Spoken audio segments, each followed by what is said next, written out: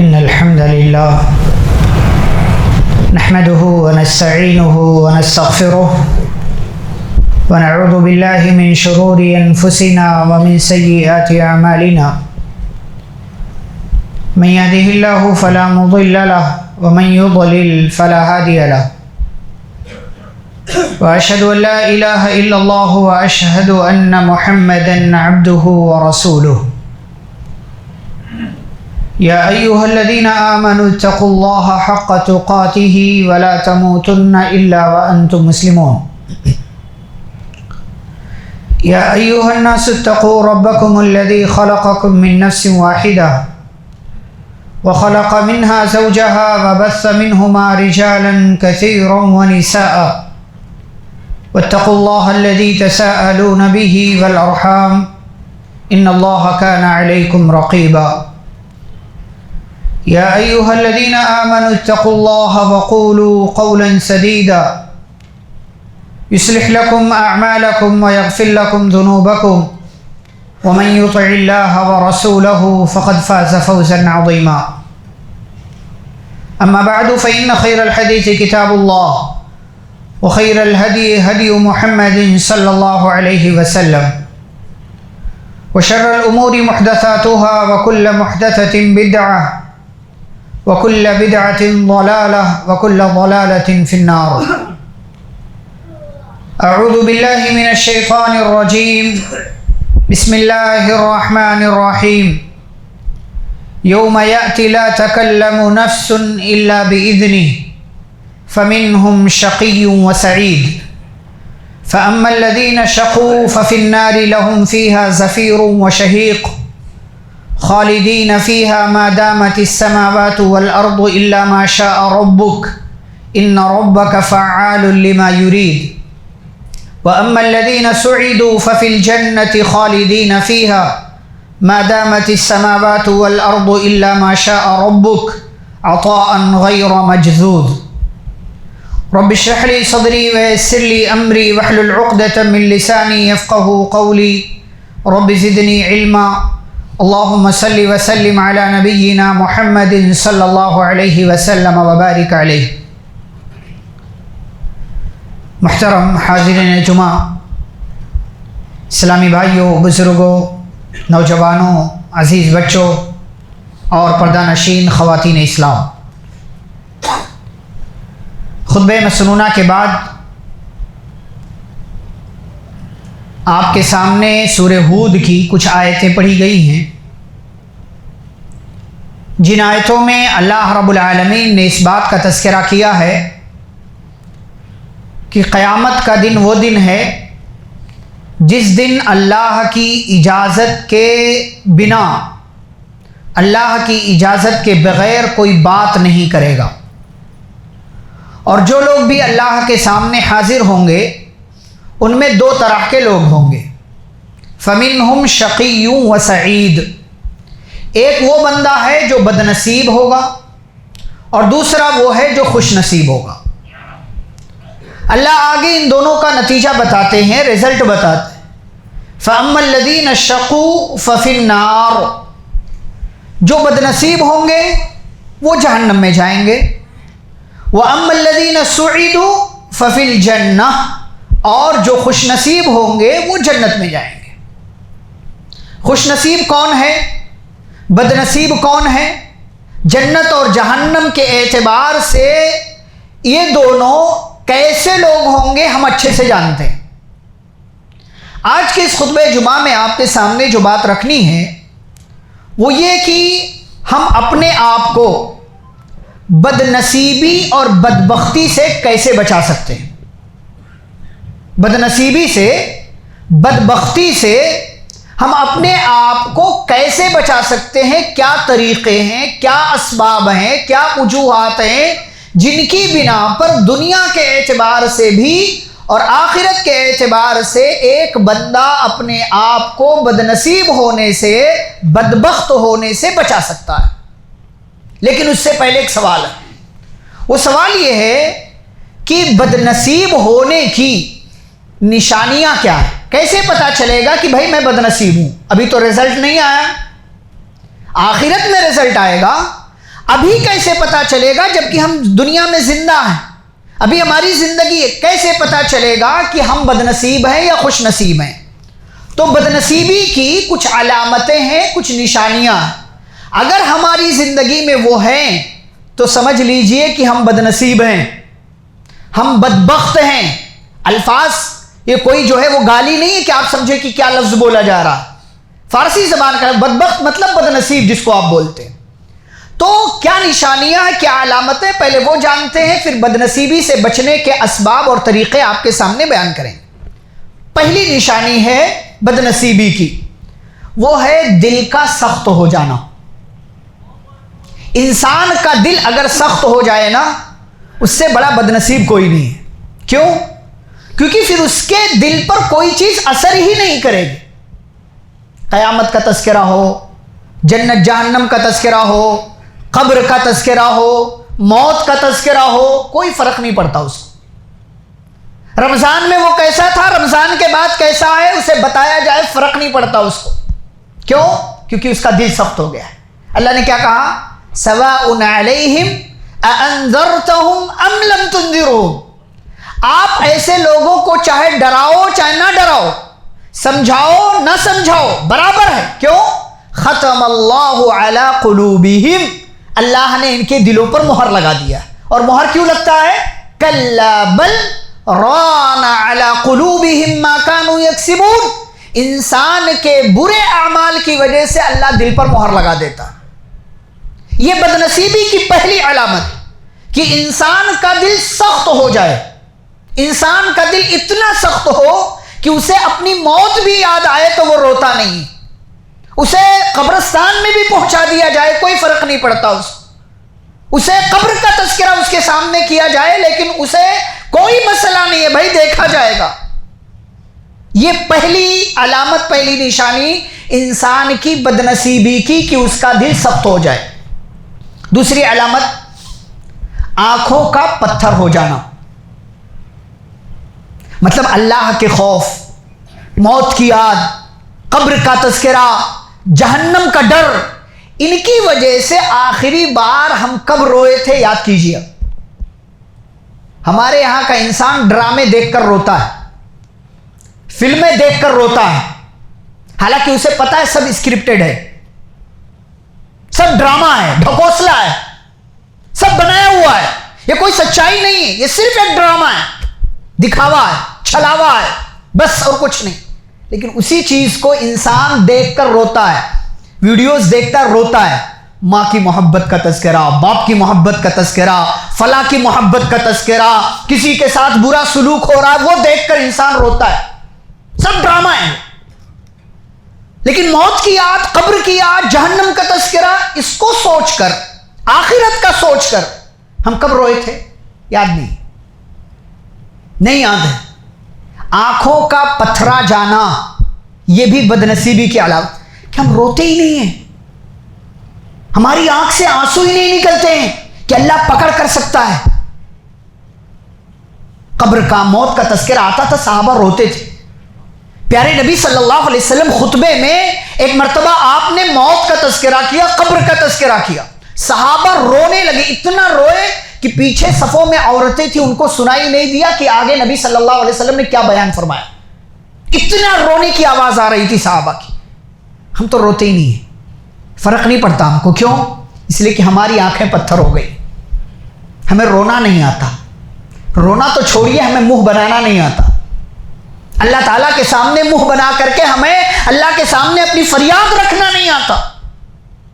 پیارے نبی صلی اللہ علیہ وسلم نے فرمایا اسی لیے کہ ایک وہ بندہ جسے اللہ اپنے عرش کے سائے میں جگہ دے گا، اس میں سے کون سا بندہ ہوگا؟ وَرَجُلٌ ذَكَرَ اللَّهَ خَالِيًا فَفَاضَتْ عَيْنَاهُ، ایک وہ بندہ جو تنہائی میں اللہ کو یاد کر کے روتا ہے اور اس کی آنکھوں سے آنسو نکل پڑتے ہیں، اللہ کو یاد کرتا ہے۔ یہ بدنصیبی کی علامت ہے کہ ہم روتے ہی نہیں، ڈراموں پر روتے ہیں، حقیقت اور سچائی پر اور موت کی حقیقت پر، قبر کی حقیقت پر، آخرت کی حقیقت پر ہمیں رونا نہیں آتا، اور ان کا بیان کیا جائے تو انسان ایسا لگتا ہے بس سن کر کے ختم ہو گیا۔ تیسری نشانی کسی کے بدنصیب ہونے کی یا بدنصیبی کی، وہ ہے بے حیا اور بے شرم ہو جانا۔ انسان کی زندگی سے آج رفتہ رفتہ حیا ختم ہو رہی ہے، شرم و حیا کا جنازہ نکل رہا۔ کیا ہم حیادار ہیں؟ کیا اللہ سے ہمیں حیا آتی ہے؟ کیا ہم فرشتوں سے شرم کرتے ہیں؟ کیا ہم اپنے گھر والوں سے، آس پاس کے لوگوں سے شرم کرتے ہیں؟ نہیں، ہمیں فرق نہیں پڑتا۔ ہم کہیں بھی کچھ بھی کر لیتے ہیں، کہیں کچھ بھی دیکھ لیتے ہیں، کسی بھی طرح سے ہم فیشنیبل کپڑا پہن کر کے یہاں سے وہاں باہر نکل جاتے ہیں۔ کیوں؟ اس لیے کہ حیا ختم ہو رہی ہے۔ نبی صلی اللہ علیہ وسلم نے فرمایا تھا الحیاء لا یأتی الا بخیر، کہ حیا جب زندگی میں ہوتی ہے نا تو خیر لے کر کے آتی ہے، اور جب زندگی سے شرم و حیا کو نکال دیا جائے تو ہم کیا بولتے ہیں اس کو؟ بے حیا ہو گیا انسان، کچھ بھی کرے گا۔ اذا لم تستحی فاصنع ما شئت، جب تم بے حیا ہو جاؤ تو جو چاہو کرو۔ یعنی انسان کی زندگی سے اگر حیا اور شرم کو نکال دیا جائے تو پھر انسان کہیں بھی کچھ بھی کرے گا۔ آج ہمارے یہاں بے حیائی کیسی ہے، ہمارے گھر میں لڑکیاں کپڑے کیسے پہن رہی ہیں، عورتیں کپڑے کیسے پہن رہی ہیں، ہمیں فرق نہیں پڑتا۔ برقعے کیسے پہن رہی ہیں فرق نہیں پڑتا، ہم پیسے دے رہے خریدنے کے لیے۔ یہ بے حیائی کی علامت ہے کہ ہمارے گھر کی بچی پرفیوم اور خوشبو لگا کر کے نکلے، یہ بے حیائی کی علامت، ہمیں فرق نہیں پڑتا ہے۔ تو آپ بدنصیب ہیں۔ اس سے بڑی بدنصیبی کیا ہوگی کہ ہم اپنے گھر کی لڑکیوں، عورتوں، بچیوں، بچوں کو روک نہ پائیں کہ بھائی بے حیائی کے کام نہیں کرتے ہیں۔ یہ بدنصیبی ہے کہ ہم اپنے گھر میں منکر سے، غلط کام سے روکنے کا کام نہ کر پائیں، جس کا حکم پیارے نبی صلی اللہ علیہ وسلم نے ہمیں دیا تھا۔ چوتھی علامت، چوتھی نشانی، دنیا کی رغبت اور چاہت۔ ٹھیک ہے، دیکھا جائے گا، پھر کیا ہوتا ہے؟ انسان مر جاتا ہے۔ دنیا کما رہا ہے۔ ابھی دیکھیں رمضان کے بعد آپ نے خطبے سنے دو، رمضان کے بعد کتنے لوگوں نے نمازوں سے چھٹی لے لی۔ کیوں؟ بھائی چلو بہت دین کر لیا، ابھی دنیا کریں گے۔ دنیا کی رغبت ہے، چاہت۔ اللہ نے کیا کہا؟ فلا تغرنکم الحیات الدنیا۔ دیکھو، الرٹ رہو، ہوشیار رہو، خبردار، تمہیں دنیا کی زندگی دھوکے میں نہ ڈال دے۔ الدنیا حلوۃ خضرہ، دنیا بڑی میٹھی ہے، سرسبز و شاداب ہے۔ اس کی ہریالی، اس کی شادابی، اس کی مٹھاس کے چکر میں جو پڑ جاتا ہے وہ برباد ہو جاتا ہے، وہ بدنصیب بن جاتا ہے۔ اسے دنیا تو مل جاتی ہے لیکن اسے آخرت نہیں ملتی۔ اسی لیے اللہ نے کیا کہا کہ قرآن کی سب سے بدترین، جو قرآن میں دعائیں اللہ نے ذکر کی ہیں، یا انسان جو دعائیں مانگتا ہے، سب سے بدترین دعا کیا ہے؟ ربنا آتنا فی الدنیا۔ بندہ صرف اتنا مانگے کہ اللہ دنیا دے دے۔ اللہ کہتے ہیں یہ سب سے بری دعا ہے جو بندہ مانگتا ہے۔ سب سے اچھی دعا کیا ہے؟ ربنا آتنا فی الدنیا حسنہ وفی الآخرۃ حسنۃ وقنا عذاب النار۔ آپ دنیا بھی مانگیے لیکن دنیا کو مقصد مت بنائیے، دنیا کے ساتھ ساتھ آپ آخرت بھی مانگیے۔ صرف دنیا نہیں، اس لیے کہ جو صرف دنیا مانگتا ہے، اللہ کیا کہتے ہیں؟ وما لہ فی الآخرۃ من خلاق، ایسے بندے کا آخرت میں کوئی حصہ نہیں۔ وما لہ فی الآخرۃ من نصیب، ایسے بندے کا آخرت میں کوئی حصہ نہیں۔ یعنی ایسا بندہ بدنصیب ہے، بدبخت ہے، ایسا بندہ جو صرف دنیا مانگتا ہے اور جسے آخرت کی فکر نہیں ہے۔ تو دنیا کی رغبت اور چاہت جس کے اندر جتنی زیادہ ہوگی، سمجھ لو وہ اتنا ہی زیادہ بدنصیب ہے اور اتنا ہی زیادہ برا ہے۔ پانچویں اور آخری نشانی بدنصیبی کی، وہ ہے لمبی آرزویں اور خواہشات کا انبار۔ ابھی یہ کرنا ہے، ابھی یہ کرنا ہے، ابھی یہ کرنا ہے، ابھی یہ کرنا ہے۔ میں اس کی مثال دوں آپ کو، اکثریت ہمارے یہاں یو پی والی ہے، آپ کی اس مسجد میں کتنی لمبی آرزویں، ابھی بٹیا کی شادی کرنی ہے، ابھی فلیٹ لینا ہے، ابھی پلاٹ لینا ہے، ابھی بنگلہ بنانا، ابھی یہ کرنا ہے، ابھی وہ کرنا ہے۔ اس چکر میں کتنے مالدار ہیں حج کو نہیں جا پاتے۔ ہمارے ہاں تو حج کو آخری عمر کے لیے لوگوں نے رکھ دیا، نہیں جب 60 70 65 کے ہو جائے، ساری ذمہ داریاں ختم ہو جائیں گی تب جائیں گے حج کرنے کے لیے۔ اس چکر میں کتنے لوگ بنا حج کے دنیا سے چلے جاتے ہیں، حالانکہ حج فرض تھا ان پر، فرض تھا ان پر حج کرنا، اور بھی دیگر ذمہ داریاں فرض ہیں، لیکن آپ ایک متوازن راستہ، درمیان کا راستہ نکال کر جاؤ۔ یہ کیا کہ آپ فلاں فلاں فلاں فلاں آرزوئیں آپ نے دماغ میں پال کر رکھا ہے کہ نہیں ابھی نہیں ابھی نہیں ابھی نہیں، اس سال یہ، اس سال یہ، اس سال یہ، اور پھر انسان مر گیا۔ لمبی آرزوؤں کے چکر میں حج جیسا فریضہ اللہ کی خاطر وہ نہیں کرنے جا پا رہا ہے، حالانکہ اس کے پاس مال ہے، اچھا خاصا مال ہے، وہ مالدار ہے، کھیت کے اعتبار سے بھی، گھر کے اعتبار سے بھی، دکان کے اعتبار سے بھی، ہر اعتبار سے وہ مالدار، بہت آسانی سے وہ بیٹی کی شادی بھی کر سکتا ہے، گھر بھی بنا سکتا ہے، حج کے لیے بھی جا سکتا ہے، لیکن جا کیوں نہیں پاتا؟ اللہ کہتے ہیں فَطَالَ عَلَيْهِمُ الْأَمَدُ، ہر سال آرزو بڑھتی جاتی ہے، بڑھتی جاتی ہے، بڑھتی جاتی ہے، یہاں تک کہ انسان مر جاتا ہے، اور اسی آرزوؤں کے چکر میں پڑ کر کے وہ بہت سارے فرائض سے اپنے آپ کو دور کر لیتا ہے۔ تو ایسا بندہ جو لمبی آرزوؤں کے چکر میں ہے، خواہشات کا انبار اپنے دل و دماغ میں بٹھا کر کے رکھا ہوا ہے اس نے، تو ایسا بندہ سمجھ لیجئے بدنصیب ہے کہ اسے اللہ رب العالمین کی عبادت کرنے کا موقع نہیں مل پا رہا۔ اب یہ 5 علامتیں میں نے آپ کے سامنے ذکر کی۔ اب سوال یہ ہے کہ بدنصیبی سے بچنے کے طریقے اور اسباب کیا ہیں؟ کیا چیزیں ہم کریں کہ ہم بدنصیبی سے بچ سکیں؟ اب دیکھیے، آپ کو یہ 5 علامتیں اگر یہ 5 علامتیں ختم ہو جائیں تو انشاءاللہ ہم بدنصیب ہونے سے بچ جائیں گے۔ یعنی دل کو نرم کیجئے، روئیے تھوڑا سا کبھی کبھی، اللہ کے ڈر سے، اس کے خوف سے، بے حیا مت بنیے، بے شرم مت بنیے، حیادار بنیے، دنیا کے چکر میں مت پڑیے، اللہ تعالیٰ کو یاد رکھیے، آخرت کو یاد رکھیے، اور لمبی آرزویں نہیں۔ ہاں ٹھیک ہے، آرزو خواہش کا ہونا غلط نہیں ہے، لیکن اسی آرزو کے چکر میں پڑ کر کے اسی کے پیچھے چلے جانا یہ غلط ہے۔ آرزو رکھیے اور ان کو پورا کرنے کی بھی کوشش کیجئے، لیکن ایک ترتیب بنائیے کہ پہلے کون سی چیزیں آپ کو کرنا ہے، کون سی چیزیں ضروری ہیں۔ اب دیکھتے ہیں کہ بدنصیبی سے بچنے کے طریقے اور اسباب کیا ہیں۔ پہلا سبب، جو چیز ہمیں بدنصیب بننے سے بچا سکتی ہے دنیا کے اعتبار سے بھی اور آخرت کے اعتبار سے بھی، پہلی چیز ہے ہدایت کی اتباع۔ جو اللہ تعالیٰ نے قرآن اور حدیث نازل کیا، جو ہدایت آسمان سے اللہ نے اتارا ہے، جو حق کی باتیں اللہ نے نازل کی ہیں، ان کو ماننا۔ اللہ تعالیٰ نے ابلیس کو بھی دنیا میں بھیجا، آدم علیہ السلام کو بھی دنیا میں بھیجا۔ بھیجنے کے بعد سورہ طٰہٰ کی آیت میں اللہ تعالیٰ کہتے ہیں قَالَ اهْبِطَا مِنْهَا جَمِيعًا، کہا تم دونوں اتر جاؤ، زمین پر جاؤ، بَعْضُكُمْ لِبَعْضٍ عَدُوٌّ، تم میں سے بعض کا دشمن ہے، یعنی تمہاری دشمنی چلے گی، لیکن کام کیا ہے؟ فَإِمَّا يَأْتِيَنَّكُمْ مِنِّي هُدًى، دنیا میں جاؤ، میری طرف سے ہدایت تمہیں ملے گی۔ اب فَمَنِ اتَّبَعَ هُدَايَ، جو میری ہدایت کو مانے گا، فَلَا يَضِلُّ وَلَا يَشْقَى، تو ایسا بندہ نہ گمراہ ہوگا اور نہ ہی ایسا بندہ بدنصیب ہوگا۔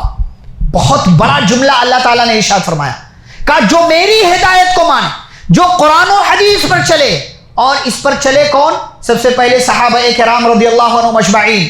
اللہ تعالیٰ نے ان کے بارے میں کیا کہا؟ رضی اللہ عنہم ورضوا عنہ۔ جو ہدایت کو مانتا ہے نا، وہ خوش نصیب ہے دنیا کا، جو ہدایت کی اتباع کرتا ہے، جو قرآن و حدیث پر چلتا ہے، جو اللہ اور اس کے رسول صلی اللہ علیہ وسلم کے فرامین پر عمل کرتا ہے، ایسا بندہ گمراہ نہیں ہو سکتا اور ایسا بندہ بدنصیب نہیں ہو سکتا۔ فلا يضل ولا يشقى، نہ گمراہی اس کا مقدر ہوگی اور نہ بدبختی اس کا مقدر ہوگی۔ صحابہ کرام نے، سلف نے، تابعین، تبع تابعین نے، اور آج کے اس دور میں بھی جس نے بھی اللہ تعالیٰ کی ہدایت کو مان لیا، اتباع کر لیا، جس نے صحابہ کا منہج اختیار کر لیا، جس نے اللہ اور اس کے رسول صلی اللہ علیہ وسلم کے بتائے ہوئے راستے کو اختیار کر لیا، ایسا بندہ گمراہ نہیں ہوگا، دنیا کی کوئی بھی طاقت اسے گمراہ نہیں کر سکتی، اور ولا یشقى، اور نہ ہی ایسا بندہ بدنصیب ہو سکتا، اس کی دنیا بھی اچھی بنائے گا۔ مثال دیکھیے، صحابہ کرام اللہ تعالیٰ کے احکام کی اتباع کی، ہدایت کی اتباع کی، دنیا بھی ملی، گمراہ بھی نہیں ہوئے، دنیا کے اعتبار سے بھی بدنصیب نہیں اور آخرت کے اعتبار سے بھی بدنصیب نہیں۔ میں بڑی مثال دوں، صحابہ کرام میں سے ٹاپ 10 صحابہ جو عشرہ مبشرہ کہلاتے ہیں، جنہیں دنیا میں ایک مجلس میں نبی صلی اللہ علیہ وسلم نے جنت کی بشارت دی، ان 10 میں سے 8 بلکہ 9 صحابہ مالدار ہیں۔ 9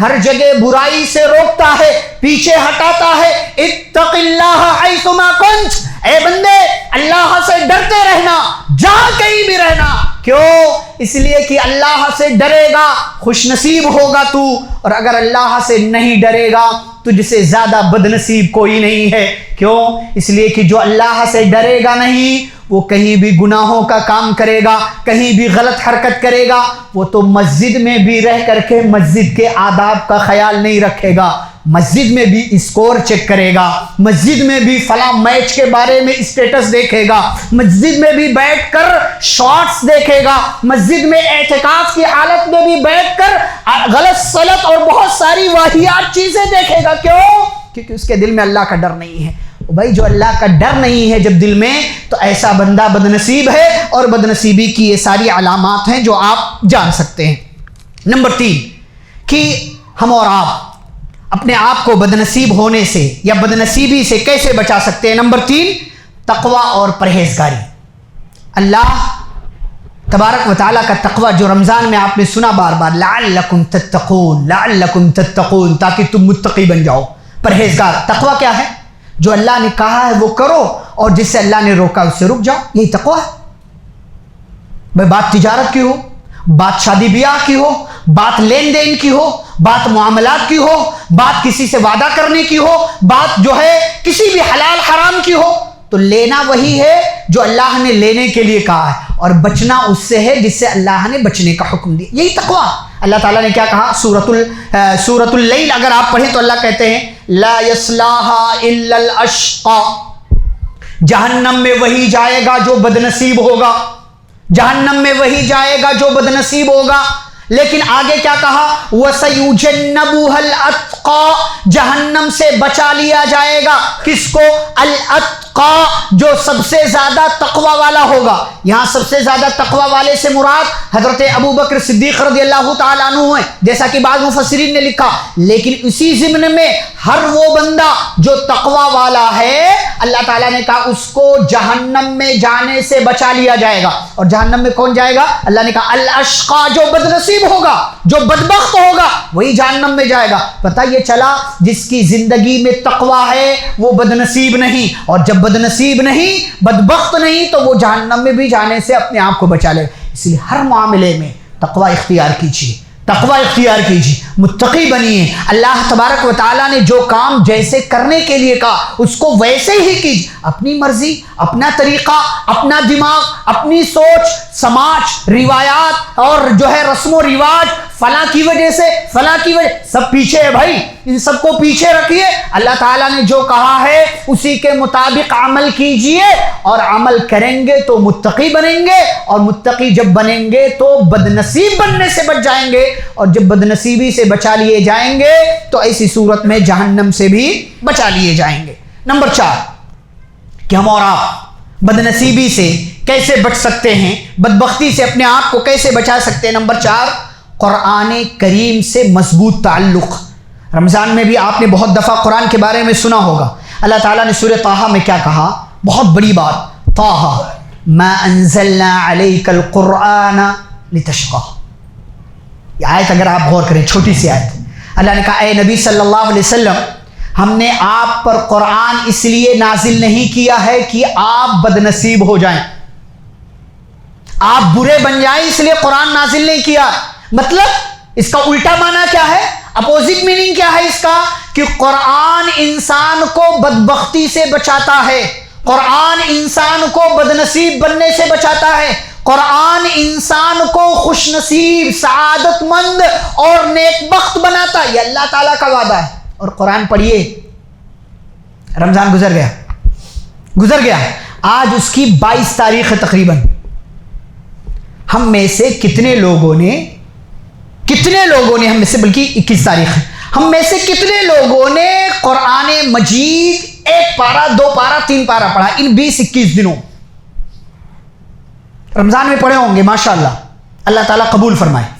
لیکن رمضان کے بعد کیا کیا؟ قرآن بھی پڑھنا ہے، قرآن پڑھیں گے بد نصیب بننے سے بچیں گے۔ قرآن میں تو سب اللہ نے ذکر کیا ہے۔ اللہ تعالیٰ نے آگے کیا کہا سورہ طٰہٰ میں؟ وَمَنْ أَعْرَضَ عَنْ ذِكْرِي فإن له معیشۃ ضنکا، آج ہماری زندگی میں جو یہ اضطراب، بے چینی، پریشانی، جلن، کوڑھن اور جو ہے تنگی اور جو ہے انزائٹی اور نہ جانے کیا کیا ہے، یہ کیوں ہے؟ کیونکہ ہم نے قرآن چھوڑ دیا، قرآن چھوڑ دیا۔ اللہ کہتے جو میرے ذکر سے منہ موڑے گا فَإِنَّ لَهُ مَعِيشَةً ضَنْكَا، ہم اس کی زندگی تنگ کر دیں گے، وَنَحْشُرُهُ يَوْمَ الْقِيَامَةِ أَعْمَى، اور ہم اسے قیامت کے دن اندھا بنا کر اٹھائیں گے۔ بہت بڑی دھمکی دی ہے اللہ تعالیٰ۔ قرآن پڑھیں گے نا تو سعادت مند بنے گی، واللہ بہت بڑی چیز ہے قرآن۔ قرآن پڑھیے، قرآن کی برکتیں حاصل کیجیے۔ اللہ تعالیٰ نے قرآن کے بارے میں کہا وَنُنَزِّلُ مِنَ الْقُرْآنِ مَا هُوَ شِفَاءٌ، قرآن میں جو کچھ بھی اللہ نے نازل کیا ہے سب علاج ہے، سب شفا ہے۔ اس سے آپ کو روحانی شفا بھی ملتی ہے، جسمانی شفا بھی ملتی ہے، آپ بدنصیب بننے سے بچتے ہیں۔ اللہ تعالیٰ نے قرآن میں کتنی جگہ ان هذا القرآن یہدی للتی ہی اقوم، یہ قرآن سیدھا راستہ دکھاتا ہے۔ جگہ جگہ آپ قرآن میں پڑھتے ہیں، جگہ جگہ اللہ تعالیٰ تذکرہ کرتا ہے۔ تو ہم اور آپ قرآن پڑھیں، قرآن سے اپنا تعلق مضبوط کریں۔ قرآن پڑھیں گے تو اللہ تعالیٰ کے وعدے کے مطابق ما انزلنا علیک القرآن لتشقی، کہ قرآن پڑھیں گے بدبختی سے اور بدنصیبی سے بچا لیے جائیں گے۔ نمبر 5 کہ ہم بدنصیب بننے سے، بدنصیبی سے اپنے آپ کو کیسے بچا سکتے ہیں۔ نمبر 5 والدین کے ساتھ اور بطور خاص ماں کے ساتھ حسن سلوک، بہت بڑی چیز ہے۔ اللہ تعالیٰ نے سورہ مریم میں یحییٰ علیہ السلام کا ذکر کیا تو ان کے بارے میں کیا کہا؟ وَبَرًّا بِوَالِدَيْهِ، حضرت یحییٰ علیہ السلام اپنے ماں باپ کے، والدین کے فرما بردار تھے۔ وَلَمْ يَكُنْ جَبَّارًا عَصِيًّا، وہ سخت نہیں تھے، نافرمان نہیں تھے، ماں باپ کے فرما بردار تھے۔ اور حضرت عیسیٰ علیہ السلام کے بارے میں کچھ آیتوں کے بعد کیا کہا؟ عیسیٰ علیہ السلام نے جب لوگوں کے درمیان اعلان کیا میں اللہ کا بندہ ہوں، اللہ نے کتاب دی ہے، نبی بنایا، جہاں کہیں رہوں مبارک بنایا ہے، نماز قائم کرنے کا اور جو ہے زکوٰۃ دینے کی وصیت کی ہے جب تک زندہ رہوں، آگے کیا کہا؟ وَبَرًّا بِوَالِدَتِي، میرے رب نے مجھے میری ماں کے ساتھ حسن سلوک کرنے کا حکم دیا، اور جب حسن سلوک کریں گے ماں کے ساتھ تو کیا فائدہ ملے گا؟ وَلَمْ يَجْعَلْنِي جَبَّارًا شَقِيًّا، اللہ نے مجھے بدبخت اور بدنصیب نہیں بنایا۔ وہ انسان بدنصیب ہے جو اپنے ماں باپ کے ساتھ حسن سلوک نہیں کرتا، وہ انسان بدنصیب ہے جو ماں باپ کو برا کہتا ہے، ماں باپ کے ساتھ بطور خاص ماں کے ساتھ وہ برائی کے ساتھ پیش آتا ہے، اس لیے کہ وہ بندہ جو ماں کے ساتھ اچھا سلوک نہیں کرے گا ایسا بندہ شقی ہے، بدماش ہے، برا ہے، بدبخت ہے، اور ایسا بندہ بدنصیب ہے۔ وَلَمْ يَجْعَلْنِي جَبَّارًا شَقِيًّا، عیسیٰ علیہ السلام کی زبانی اللہ تعالیٰ نے یہ اعلان فرما دیا کہ جو ماں باپ کا فرما بردار بنے گا وہ خوش نصیب ہوگا، اور جو ماں باپ کا بطور خاص ماں کا خیال نہیں رکھے گا اللہ نے فرمایا ایسا انسان بدنصیب ہے۔ قرآن مجید کے اندر آپ دیکھیں کتنے مقام پر اللہ رب العالمین نے جہاں یہ کہا کہ اللہ کی عبادت کرو وہیں فوراً کہا وَبِالْوَالِدَيْنِ إِحْسَانًا، والدین کے ساتھ حسن سلوک کرو۔ ایک جگہ سورہ لقمان میں اللہ نے کہا اے بندو میرا شکریہ ادا کرو، اور اپنا شکریہ ادا کرنے کا حکم دینے کے بعد اللہ نے فوراً کہا انشکر لی وَلِوَالِدَيْکَ، اپنے ماں باپ کا شکریہ ادا کرو۔ سورۃ الاحقاف کی پارہ نمبر 26 کی پہلی سورہ ہے، آیت نمبر 15 میں اللہ تعالیٰ نے کہا وَوَصَّيْنَا الْإِنسَانَ بِوَالِدَيْهِ إِحْسَانًا، ماں باپ کے ساتھ اس نے سلوک کرنے کا فائدہ کیا ہوتا ہے؟ انسان بدنصیب بننے سے بچتا ہے۔ اس کے آگے کیا کیا فائدے ہوتے ہیں اللہ نے ذکر کیا، کہا ہم نے انسان کو وصیت کی ہے ماں باپ کے ساتھ حسن سلوک کرو۔ حملتہ امہ، بطور خاص ماں کا اللہ نے تذکرہ کیا، اس کی ماں نے اسے پیٹ میں رکھا، تکلیف برداشت کی، ووضعتہ کرہا، اسے اب جو ہے زندگی کے اندر اسے پیدا کیا، ڈیلیوری کے مرحلے سے اسے گزرنا پڑا، ماں نے اسے دنیا کے اندر جنم دیا، پیدا کیا اللہ تعالیٰ کے حکم سے۔ وَحَمْلُهُ وَفِصَالُهُ 30 شہرا، 30 مہینے تک، 2.5 سال تک اس ماں نے اپنا خون دودھ کی شکل میں اپنے بچے کو پیٹ کے اندر بھی پلایا ہے اور زندگی کے بعد بھی پلایا ہے۔ حتی اذا بلغ اشدہ، یہی انسان، اس کی ذمہ داری ہے، یہی بچہ یہی بچی جب وہ بڑے ہو جائیں بطور خاص وبلغ 40 سنہ، 40 سال کے ہو جائیں، جو لوگ بھی 40 سال کی عمر کو پہنچ گئے ہیں یا اس سے آگے کراس کر چکے ہیں، وہ یہ دعا بطور خاص سنیں، پڑھیں اور اپنے ماں باپ کے حق میں یہ دعا کریں۔ سورۃ الاحقاف پارہ نمبر 26 کی پہلی سورہ آیت نمبر 15 میں کیا دعا ہے؟ ربی اوزعنی۔ 40 سال بندہ پہنچ گیا۔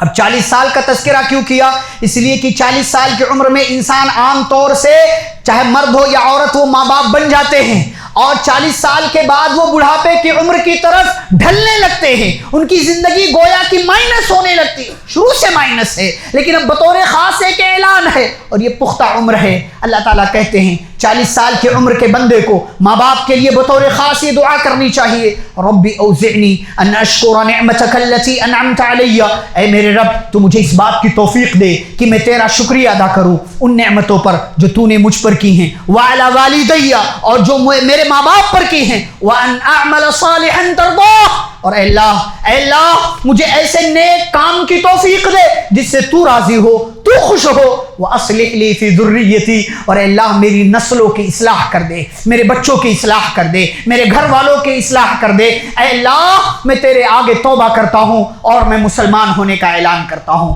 یہ دعا ہے۔ دعا کے بعد اللہ نے کیا ذکر کیا؟ یہ اصل پوائنٹ ہے، اولئک الذین نتقبل عنہم احسن ما عملوا ونتجاوز عن سیئاتہم فی اصحاب الجنہ۔ اللہ کہتے ہیں یہ لوگ جو ماں باپ کا خیال رکھتے ہیں، بطور خاص ماں کے ساتھ حسن سلوک کرتے ہیں، اس لیے کہ باپ کے مقابلے میں ماں کا درجہ 3 گنا بڑھا ہوا ہے۔ جو ماں باپ کے لیے دعائیں کرتے ہیں، جو ماں باپ کی فرما برداری کرتے ہیں، انہیں اف تک نہیں کہتے، انہیں ڈانٹتے نہیں، انہیں جھڑکتے نہیں، ان سے محبت سے پیش آتے ہیں، ان کے لیے دعائیں کرتے رہتے ہیں۔ اللہ تعالیٰ فرماتے ہیں یہ وہ لوگ ہیں جن کے اچھے عمل کو ماں باپ کے ساتھ حسن سلوک کی وجہ سے ہم قبول کر لیتے ہیں، ہم قبول کر وَنَتَجَاوَزُ عَنْ سَيِّئَاتِهِمْ، اور ہم دنیا کے اندر کی گئی ان کی غلطیوں کو، گناہوں کو، خطاؤں کو ہم درگزر کر دیتے ہیں، ہم نامہ اعمال سے ان ساری غلطیوں کو مٹا دیتے ہیں۔ میرے بھائیوں، اگر ماں باپ کے ساتھ بطور خاص ماں کے ساتھ اس نے سلوک کریں گے، خوش نصیب بنیں گے، سعادت مند بنیں گے، نیک بخت بنیں گے، لیکن اگر ماں باپ میں سے دونوں کو یا ایک کو بھی آپ نے ستایا، پیارے نبی صلی اللہ علیہ وسلم کی حدیث آپ نے سنی، آسمانوں کے سردار، فرشتوں کے سردار جبریل امین علیہ السلام بد دعا کرتے ہیں، اور پیارے نبی صلی اللہ علیہ وسلم اس بد دعا پر آمین کہتے ہیں کہ وہ انسان جو ماں باپ میں سے ایک کو یا دونوں کو بڑھاپے کی عمر میں پائے اور ان کی خدمت کر کے جنت حاصل نہ کر لے، ایسا بندہ ہلاک و برباد ہو، ایسے بندے کے لیے جبریل کی بد دعا ہے، اور پیارے نبی صلی اللہ علیہ وسلم نے اس بد دعا پر آمین کہا ہے۔ یہ نمبر 5 بدنصیبی سے بچنے کا طریقہ کہ والدین کے ساتھ اور بطور خاص ماں کے ساتھ آپ حسن سلوک کیجیے۔ آخری طریقہ، آخری سبب بدنصیبی سے اپنے آپ کو بچانے کا، وہ ہے اللہ سے دعائیں کرتے رہنا، مانگتے رہیے۔ آپ سوچیں زکریا علیہ السلام بوڑھے ہیں، کمزور ہیں، ہڈیاں کمزور ہیں، سر کے بال سفید ہیں، اور پتہ ہے بیوی بانجھ ہے، پتہ ہے بیوی بانجھ ہے، زکریا جانتے ہیں بیوی بانجھ، اس کے باوجود اللہ سے مانگ رہے ہیں۔ کمال ہے نا؟ سب پتہ ہے میں بوڑھا ہو گیا ہوں اور بڑھاپے میں اولاد نہیں ہوتی، پتہ ہے ہڈیاں کمزور ہو گئی ہیں، اور ہڈیاں کمزور ہو جائے تو اعضاء کام کے لائق نہیں رہتے، پتہ ہے بیوی بانجھ ہے، لیکن پتہ ہے کہ بیوی بانجھ ہے، اولاد نہیں ہو سکتی اس کے یہاں، اس کے باوجود اللہ سے کیا کہتے ہیں؟ اللہ کہتے ہیں اذ نادى ربه نداء خفيا قال رب اني وهن العظم مني واشتعل الراس شيبا ولم اكن بدعائك رب شقيا۔ کیا پیارا جملہ ہے، کیا شاندار جملہ ہے۔ کہا اللہ میری ہڈیاں کمزور ہو گئی ہیں، سر کے بال سفید ہو گئے ہیں، لیکن اللہ میں تجھ سے دعا مانگ کر کبھی محروم نہیں رہا ہوں، کبھی محروم نہیں رہا ہوں۔ یعنی دعا میں نے مانگا اور دعا کا اثر میری زندگی میں مجھے نظر نہ آیا، ایسا کبھی نہیں ہوا۔ اے اللہ میں تجھ سے دعا مانگ رہا ہوں کہ اس بڑھاپے میں تو مجھے اولاد کی نعمت سے نواز دے۔ اللہ تعالیٰ نے دیا، زکریا علیہ السلام کو دیا، کیا کہا؟ وَلَمْ أَكُمْ بِدُعَائِكَ رَبِّ شَقِيًّا۔ یاد رکھیے جملہ، دعا مانگنے والا کبھی بدنصیب نہیں ہو سکتا، کبھی محروم نہیں ہو سکتا، کبھی وہ بدقسمت نہیں ہو سکتا، کبھی بدبخت نہیں ہو سکتا، لیکن جو دعا مانگنا چھوڑ دے سمجھ لو اس سے بڑا محروم انسان کوئی نہیں، جسے مانگنا نہ آتا ہو، جو دینے والے سے مانگ نہ رہا ہو، ایسا بندہ کتنا بڑا محروم ہے، بدنصیب ہے کہ دروازہ کھلا ہوا ہے، وہ پکار رہا ہے، وہ کہہ رہا ہے انی قریب، میں قریب ہوں، آ جاؤ آ جاؤ، میں تمہیں دینے کے لیے تیار، مانگ تو لو، مانگو گے ملے گا۔ ہاں یہ الگ بات ہے کہ جو مانگ رہے ہو سکتا ہے رب کے حکمت کے تحت وہ فوراً نہ ملے، رب دینے سے محروم کر دے تھوڑے دنوں کے لیے، لیکن اس دعا کا نتیجہ تمہاری زندگی میں آئے گا۔ بعض سلف سے منقول ہے، وہ کہا کرتے تھے میں پچھلے 20 سالوں سے، جملہ غور کیجیے، 20 سالوں سے اللہ سے ایک چیز مانگ رہا ہوں، اللہ دے نہیں رہا ہے اور میں مانگنے سے پیچھے نہیں ہٹ رہا ہوں۔ 20 سالوں سے میں اللہ سے ایک چیز مانگ رہا ہوں، اللہ دے نہیں رہا ہے اور میں مانگنے سے پیچھے نہیں ہٹ رہا ہوں۔ ہمارا کیا مسئلہ ہے؟ ایک ہفتہ ہم مانگے نہیں ملا تو ہم پیچھے ہٹ جاتے ہیں۔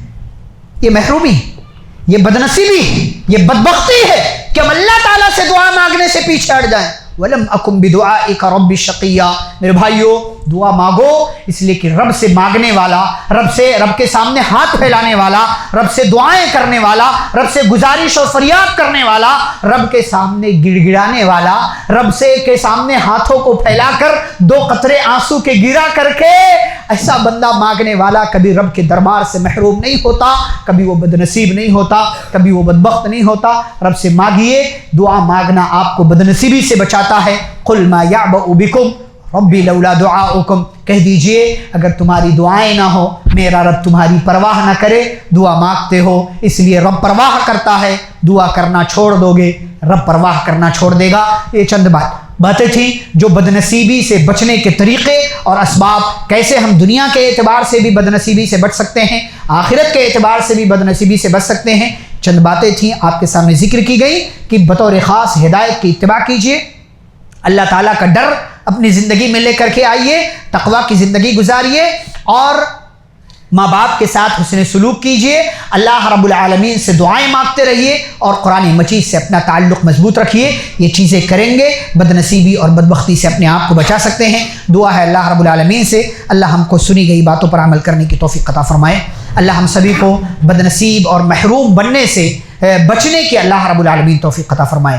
بدنصیبی سے بچنے کے جو طریقے اور اسباب ہیں اللہ ہمیں وہ طریقے وہ اسباب اپنی زندگی میں لانے کی توفیق عطا فرمائے۔ اللہ رب العالمین ہمیں نبی صلی اللہ علیہ وسلم کی سنتوں پر، آپ کی باتوں پر عمل کرنے والا بنائے، قرآن و حدیث کی اتباع کرنے والا بنائے، صحابہ کرام کا منہج اپنانے والا بنائے، اور ہم سبھی کو پیارے نبی صلی اللہ علیہ وسلم کی سیرت طیبہ کی روشنی میں زندگی گزارنے کی توفیق عطا فرمائے۔ ہمارے درمیان جو بیمار ہیں اللہ انہیں شفاء کاملہ عاجلہ عطا فرمائے، جو مصیبت اور پریشانی میں ہیں اللہ ان کی مصیبتیں اور پریشانیاں دور فرمائے، جو قرض دار ہیں اللہ ان کے قرض کی ادائیگی کی سبیل پیدا فرمائے، جو بے اولاد ہیں اللہ انہیں صاحب اولاد بنائے، جو کسی بھی طریقے سے تکلیف میں پریشانی میں مبتلا ہیں اللہ ان کی تمام تر پریشانیوں کو دور فرمائے، جو زندہ ہیں اللہ تبارک و تعالیٰ جب تک ہم سبھی کو دنیا میں زندہ رکھے، اسلام اور ایمان پر زندہ رکھے، جب خاتمہ ہو تو خاتمہ بالخیر ہو۔ وصلی اللہ تعالی علی نبینا محمد وعلی آلہ واصحابہ اجمعین۔ ربنا تقبل منا انک انت السمیع العلیم۔